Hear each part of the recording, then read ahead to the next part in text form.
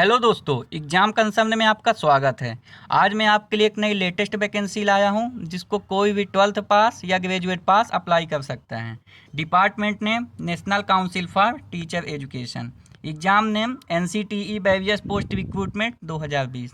इस फॉर्म को जो फिल करने की डेट है वो 20/8 यानी 20 अगस्त से 19/9 यानी 19 सितंबर के बीच आप इस फॉर्म को कभी भी फिल कर सकते हैं। नेक्स्ट बात करते हैं इसके एग्ज़ाम सेंटर की। तो जो इसका एग्ज़ाम सेंटर होगा वो आपके राज्य की राजधानी में होगा। मतलब यदि आप मध्य प्रदेश से बिलोंग करते हैं आपका एग्ज़ाम सेंटर भोपाल में होगा। यदि आप बिहार से बिलोंग करते हैं तो आपका एग्ज़ाम सेंटर पटना में होगा। और यदि आप छत्तीसगढ़ से बिलोंग करते हैं तो आपका एग्ज़ाम सेंटर रायपुर में होगा। इसी प्रकार यदि आप किसी अन्य स्टेट से बिलोंग करते हैं तो जो आपका एग्ज़ाम सेंटर होगा वो आपके राज्य की राजधानी में होगा। अब यदि हम बात करें फ़ी पेमेंट की तो जो लास्ट डेट है फॉर फ़ी पेमेंट की वो 19 सितंबर है। नेक्स्ट हम बात करते हैं इसकी वैकेंसी की। तो इसमें टोटल 18 पोस्ट हैं जिसमें असिस्टेंट की 3, स्टेनोग्राफर ग्रुप सी की 3, स्टेनोग्राफर ग्रुप डी की 6, लोअर डिवीज़न क्लर्क यानी LDC की 5 और डाटा एंट्री ऑपरेटर यानी DEO के 1 पोस्ट हैं। नेक्स्ट हम बात करते हैं इसके एज क्राइटेरिया की। फॉर असिस्टेंट आपकी मिनिमम एज 20 साल या मैक्सिमम एज 27 साल होनी चाहिए। फॉर DEO आपकी मिनिमम एज 18 साल या मैक्सिमम एज 25 साल होनी चाहिए। फॉर LDC या स्टेनोग्राफर ग्रुप C या D के लिए आपकी मिनिमम एज 18 साल या मैक्सिमम एज 27 साल होनी चाहिए। नेक्स्ट हम बात करते हैं एज रिलैक्सेशन की। और आप यदि OBC से बिलोंग करते हैं तो आपको 3 साल का एक्स्ट्रा एज रिलैक्सेशन दिया जाता है। और यदि आप SC या ST से बिलोंग करते हैं तो आपको 5 साल का एक्स्ट्रा एज रिलैक्सेशन दिया जाता है। अब यदि हम बात करें फ़ी की, for assistant and stenographer group C यदि आप जर्नल EWS या OBC से बिलोंग करते हैं तो आपको 1250 रुपये पे करने होंगे। और यदि आप SC ST PH या फीमेल से बिलोंग करते हैं तो आपको कोई भी फ़ी पे नहीं करनी होगी। For DEO LDC and stenographer group D के लिए यदि आप जर्नल EWS या OBC से बिलोंग करते हैं तो आपको 1000 रुपये फ़ी पे करनी होगी।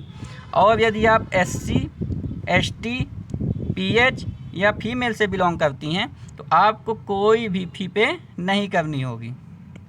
नेक्स्ट हम बात करते हैं एलिजिबिलिटी की। फॉर असिस्टेंट आपके पास बैचलर डिग्री होनी चाहिए। फॉर DEO आप किसी भी बोर्ड से यदि 12th पास आउट होने चाहिए। और स्किल टेस्ट के लिए 15,000 की डिप्रेशन पर आवर्स होना चाहिए। नेक्स्ट हम बात करते हैं फॉर LDC यदि आप किसी भी बोर्ड से 12th पास आउट हैं तो आप फॉर्म फिल कर सकते हैं। और स्किल टेस्ट के लिए आपकी टाइपिंग या तो इंग्लिश में 35 वर्ड प्रति मिनट होनी चाहिए या हिंदी में 30 वर्ड प्रति मिनट होनी चाहिए। फॉर स्टेनोग्राफर ग्रुप C आपके पास यदि किसी भी बोर्ड से 12th की डिग्री है तो आप फॉर्म फिल कर सकते हैं। और स्किल टेस्ट के लिए या तो इंग्लिश या हिंदी में जो शॉर्ट हैंड की स्पीड है वो 100 वर्ड प्रति मिनट होनी चाहिए। नेक्स्ट हम बात करते हैं फॉर स्टेनोग्राफर ग्रुप D के लिए आप यदि किसी भी बोर्ड से 12th पास आउट हैं तो आप फॉर्म को फिल कर सकते हैं। और जो इसकी डिक्टेशन है वो 10 मिनट में 80 वर्ड प्रति मिनट होनी चाहिए। और जो ट्रांसक्रिप्शन है वो 65 वर्ड इंग्लिश में या 75 वर्ड हिंदी में होना चाहिए। या फिर कंप्यूटर टाइपिंग जो है वो इंग्लिश में 50 मिनट में करनी पड़ेगी आपको और हिंदी में 65 मिनट में करनी पड़ेगी।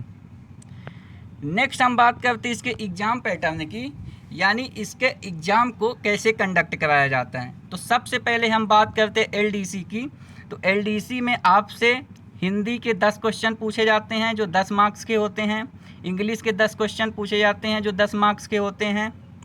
जनरल इंटेलिजेंस या रीजनिंग के सवाल 20 क्वेश्चन होते हैं जो 20 मार्क्स के होते हैं। अर्थमेटिक एप्टीट्यूड यानी अंक गणित के 20 सवाल होते हैं जो 20 मार्क्स के होते हैं। GK या करेंट अफेयर के 20 क्वेश्चन होते हैं जो 20 मार्क्स के होते हैं।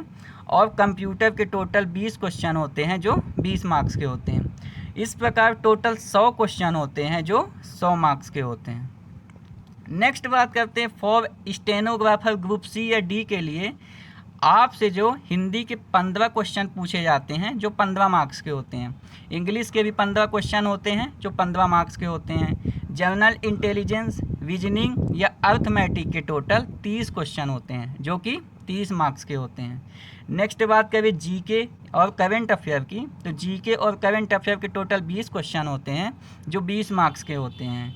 और जो लास्ट में है कंप्यूटर, तो कंप्यूटर के भी टोटल 20 क्वेश्चन होते हैं जो 20 मार्क्स के होते हैं। इस प्रकार इसमें टोटल 100 क्वेश्चन होते हैं जो 100 मार्क्स के होते हैं। नेक्स्ट बात करते हैं फॉर असिस्टेंट एंड डीईओ, जो आपसे जनरल इंटेलिजेंस एंड रीजनिंग से जुड़े हुए सवाल होते हैं वो टोटल 25 क्वेश्चन होते हैं, लेकिन वो 50 मार्क्स के होते हैं। अर्थमेटिक एप्टीट्यूड यानी अंक गणित के भी 25 क्वेश्चन होते हैं जो 50 मार्क्स के होते हैं। जीके और करंट अफेयर के 25 क्वेश्चन होते हैं जो कि 50 मार्क्स के होते हैं। और जनरल इंग्लिश के भी 25 क्वेश्चन होते हैं जो 50 मार्क्स के होते हैं। इस प्रकार टोटल इसमें भी 100 क्वेश्चन होते हैं, लेकिन ये 200 मार्क्स के होते हैं। इसमें जो एक ध्यान देने वाली बात ये है कि चाहे एलडीसी हो, चाहे स्टेनोग्राफर ग्रुप सी या डी हो, या चाहे असिस्टेंट हो या डीईओ हो, इसमें सभी के लिए टोटल 90 मिनट का टाइम पीरियड दिया जाता है। और इसमें जो सबसे मेन पॉइंट है वो ये है कि इसमें निगेटिव मार्किंग एप्लीकेबल नहीं होती है। नेक्स्ट बात करते हैं, यानी जब आपका स्टेज फर्स्ट कंडक्ट करा लिया जाता है, इसके बाद जो स्टेज सेकंड होता है यानी आपसे जो स्किल टेस्ट लिया जाता है, तो फॉर एलडीसी जो आपका टाइपिंग टेस्ट होता है वो 50 मार्क्स का होता है। फॉर डीईओ जो आपका टाइपिंग टेस्ट होता है वो भी 50 मार्क्स का होता है। और for stenographer group C and D के लिए जो स्टेनो टाइपिंग होती है वो 50 मार्क्स की होती है, और जो टाइपिंग टेस्ट होता है वो भी 50 मार्क्स का होता है। जो ये एग्ज़ाम होता है ये केवल क्वालिफाइंग नेचर का होता है, यानी इसको केवल आपको क्वालिफाई करना होता है। और यदि स्टेज सेकंड के बी की बात करें तो इसमें आपसे कंप्यूटर प्रोफिशिएंसी टेस्ट लिया जाता है जो कि 100 मार्क्स का होता है। इसमें आपसे MS Word, Excel, PowerPoint, Access या इंटरनेट से जुड़े हुए सवाल पूछे जाते हैं। जो स्टेज सेकंड के बी ऑप्शन होता है, इसको क्वालिफाई करने के लिए आपको मिनिमम 40% यानी 40% मार्क्स प्राप्त करने पड़ते हैं। नेक्स्ट हम बात करते हैं इसके सिलेक्शन प्रोसेस की, यानी इसके सिलेक्शन का होल प्रोसेस होता क्या है। तो सबसे पहले आपका रिटन एग्ज़ाम लिया जाता है, इसके बाद आपका स्किल टेस्ट लिया जाता है।